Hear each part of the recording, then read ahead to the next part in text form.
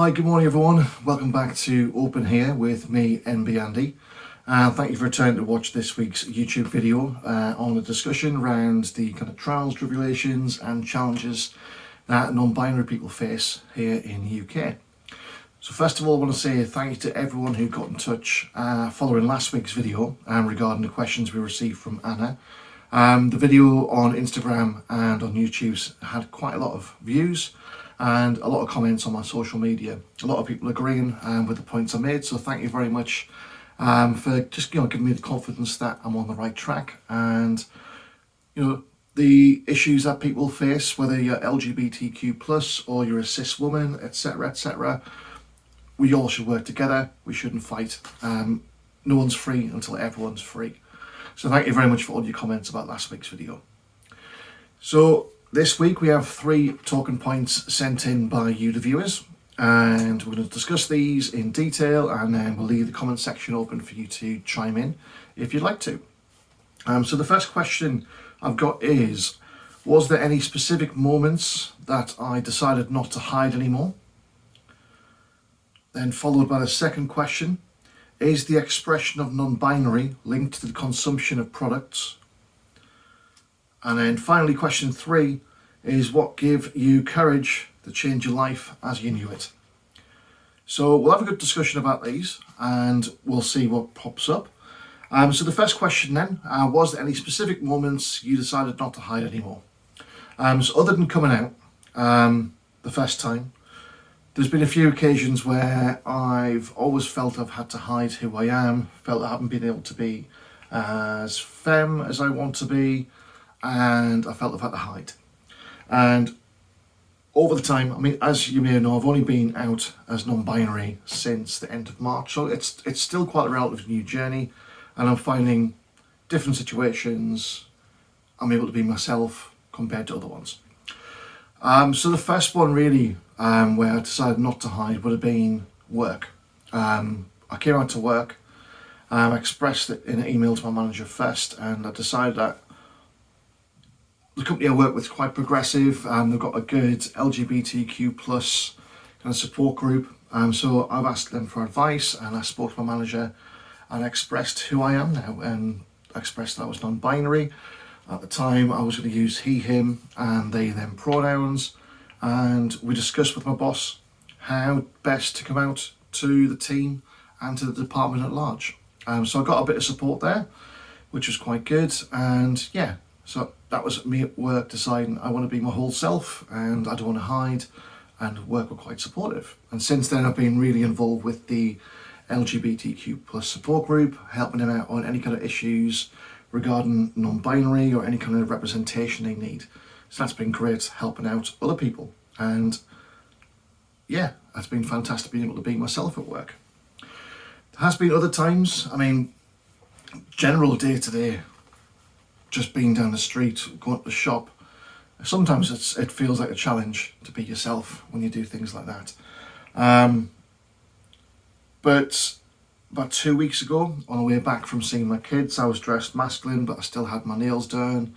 Obviously, I've got my non-binary tattoo on my wrist. And I noticed about 2 or 3 other non-binaries openly being proud to be themselves on the bus, on the street.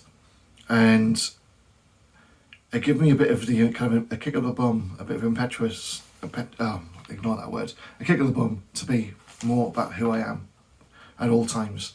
I still obviously can't do it for safety's sake.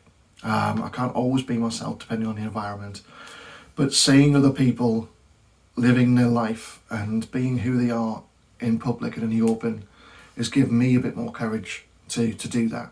So I am now being more myself, more feminine presenting more often, because I've seen other people do that. And then in turn, it's going to be a knock-on effect, because people have seen me do that, it's going to help them. So the more people who are openly themselves, the more people who are able to express who they are, it's going to be better for society in general, because other people who maybe want to come out or maybe want to experiment with their gender identity will see us and realise, well, I could do that as well. So yeah, every day is a school day, every day is a challenge, every day takes courage to be yourself, and just keep on trying, keep on being you. So the second question was asked to me was regarding consumerism, and that is the expression of non-binary linked to the consumption of products. And this question was asked because I'm a socialist, and the person wanted my views on consumerism linked to identity. And it's quite a bit of an in-depth question, and I probably won't be able to cover it all within the few minutes of this video, but I'll cover what I can. So yeah, I spent a lot of money when I came out, because obviously the wardrobe I had was all masculine. It was shirts, it was t-shirts, it was jeans, it was boots. It was everything a man would wear. So to be able to match how I feel on the inside to how I express myself on the outside, I did have to spend a bit of money. I say a bit of money, I had to spend a lot of money buying a new wardrobe, and along with that also buying things like makeup. Initially when I came out, I wasn't really aware of a lot of the issues regarding some of the manufacturing processes and the selling practices and environmental impacts that some clothing manufacturers have. So for example, I needed to buy a lot of clothes cheap because I needed to build an entire new wardrobe on a limited budget. So I bought a lot of stuff from Shein. Now, Shein are brilliant in terms of price and what you can buy for the money, but I wasn't aware of their trading practices, taking designs from smaller manufacturers and smaller designers. I wasn't aware of their environmental impact, etc., etc. Now, obviously, as a socialist, I knew of the issues regarding fast fashion. I didn't do my research. I just wanted to get things fast. I wanted to be able to express myself as quick as possible. So yeah, there was a bit of an issue there. And since then, I've cut my Shein use way down. I'm now trying to shop as environmentally friendly and as socially conscious as possible. A lot of the times I get things from charity shops, which obviously cuts down a lot of the issues straight away. But I also just, I try and buy things from independent shops and clothing manufacturers where they're known to be socially acceptable and socially responsible manufacturers. I mean, it is hard because, yes, consumerism is a huge thing, but it's nice to be able to express who you are and dress how you feel, and that does cost money, I'm afraid. And I don't go over the top, I don't go for brands, I don't target high-end stuff. I don't believe in, brands shouldn't cost extra money because of a name, but you do need to spend money to make you feel how you want to feel. So yes, that's makeup, yes, that's clothing, yes, that's shoes, but I do it now in a responsible way, and it's all a learning curve.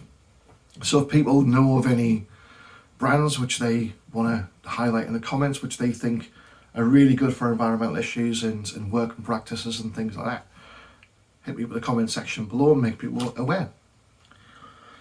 And then the final question, what gave you the courage to change your life as you knew it?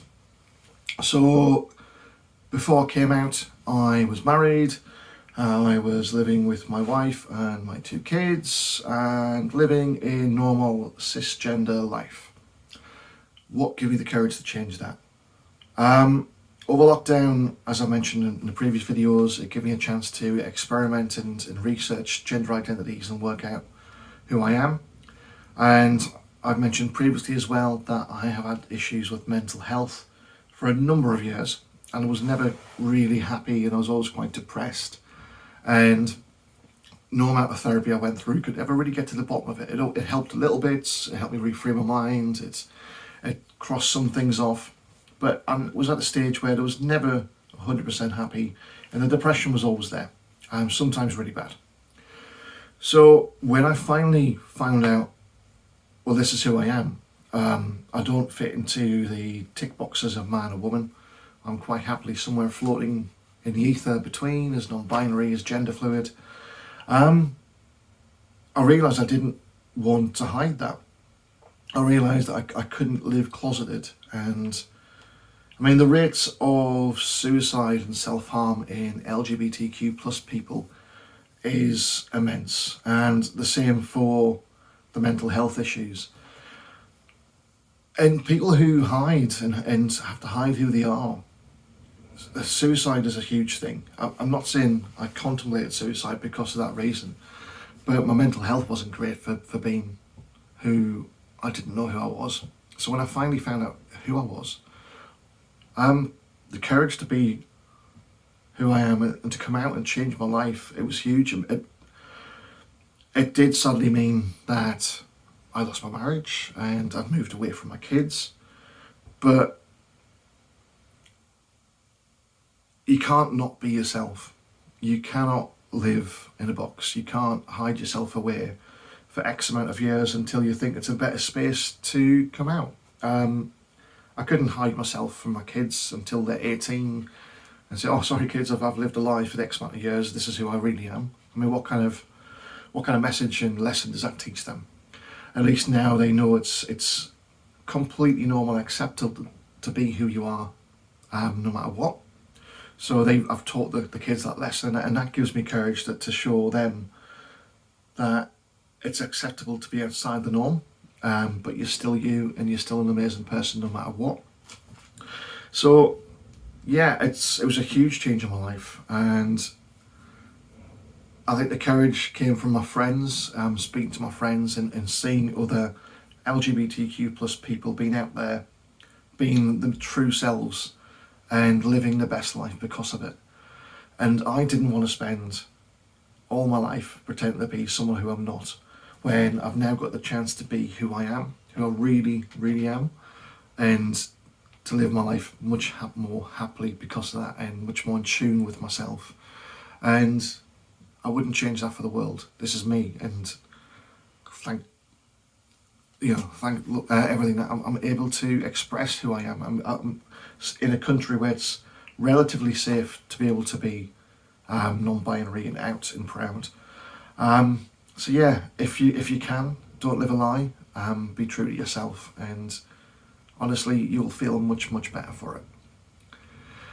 So hopefully that kind of covers the questions. I know there's a lot more we could discuss, but I don't want to do like an hour-long YouTube video. I do try and keep these within 10 to 15 minutes.